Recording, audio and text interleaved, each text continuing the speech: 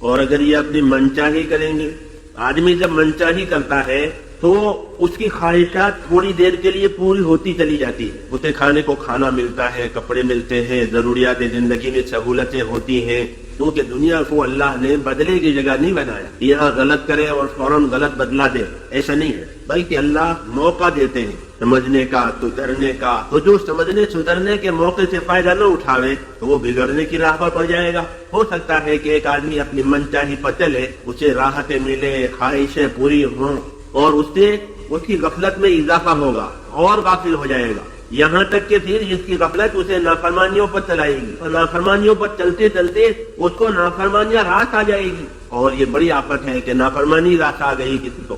اس لیے جو اپنی منچانی پر چلے گا وہ غافل ہوگا، اور غافل ہو کر اپنی ذمہ داری بھول جائے گا، اور ذمہ داری جو آدمی بھولا ہے اس کا نتیجہ اچھا نہیں آتا، بلکہ وہ انجام کے لحاظ سے نامراد بنتا ہے۔ باقی اللہ کی طرف سے ایک بات یہ ہوتی ہے کہ اللہ کامیابیوں کی طرف دھیرے دھیرے لے جاتے ہیں اور ناکامیوں کی طرف بھی دھیرے دھیرے لے جاتے ہیں، ایک دم نہیں ہوتا۔ درخت کو دھیرے دھیرے اگاتے ہیں، ایسے کامیابیوں کی طرف بھی اللہ تبارک و تعالیٰ آہستہ آہستہ لے جائیں گے، اور ناکامیوں کی طرف بھی آہستہ آہستہ لے جائیں گے۔ اللہ کی اس ترتیب سے باخبر رہنا ہے، ہوشیار رہنا ہے۔ اس لیے ہوشیار رہنا ہے کہ اگر اللہ کی طرف سے کامیابی ہماری طرف دھیرے دھیرے آ رہی ہے، ایک دم نہیں آ رہی ہے، تو ہم پریشان نہ ہوں۔ اللہ نے جو راستہ حق والا بنایا ہے اس کے اندر ناگواریاں رکھی ہے، جو راستہ سچائی کا ہے، جو راستہ حق کا ہے، اللہ نے اس کے اندر ناگواریاں رکھی ہے۔ پہلے ناگواریاں دکھائی دیتی ہے، پہلے مشکل حالات پیدا ہوتے ہیں، پھر جب آدمی ان حالات کو برداشت کرتے ہوئے چلے گا پھر اللہ تعالیٰ اسے دھیرے دھیرے کامیابیوں تک پہنچائیں گے۔ اور جو راستہ ناحق کا ہے، غلط ہے، منچاہی کا ہے، اس میں آخر میں نامرادی آئے گی، ناکامی آئے گی، لیکن دھیرے دھیرے آئے گی، ایک دم نہیں آئے گی۔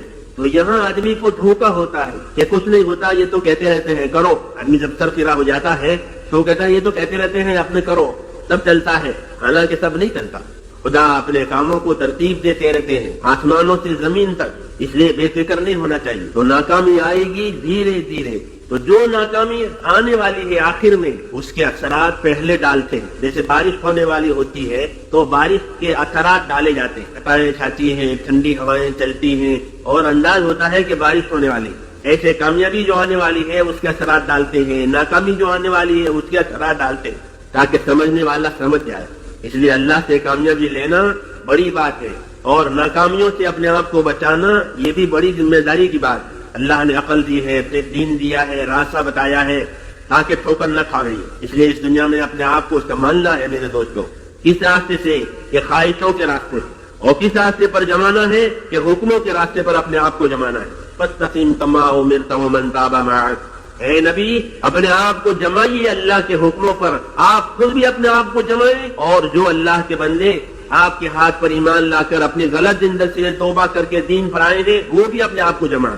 نبی سے لے کر کے ایک ادنا امتی ایک لائن میں آئے ہیں، فاستقم کما امرت ومن تاب معک۔ تو ہمیں اپنے آپ کو جمانا یہ ہماری ذمہ داری بتائیے کہ جماؤ اپنے آپ کو اللہ کے دین پر، اللہ کے حکموں پر، تاکہ انجام میں ناکامی نہ آئے بلکہ کامیابی آئے۔ لیکن اگر آدمی میرے دوستوں ان ساری باتوں کو بھولاتا ہے اور ناکامی کے راستے پر پڑتا ہے تو پہلے دھوکہ کھائے گا، پھر نقصان اٹھائے گا۔ یہ تو ایسا ہوا جیسے کوئی زہر کھائے اور فوراً تو ہوگا نہیں، کھاؤ کچھ نہیں ہوتا، دیکھو میں کھا رہا ہوں، تو یہ انجام سے بے خبر ہے، اس کو غافل کہتے ہیں۔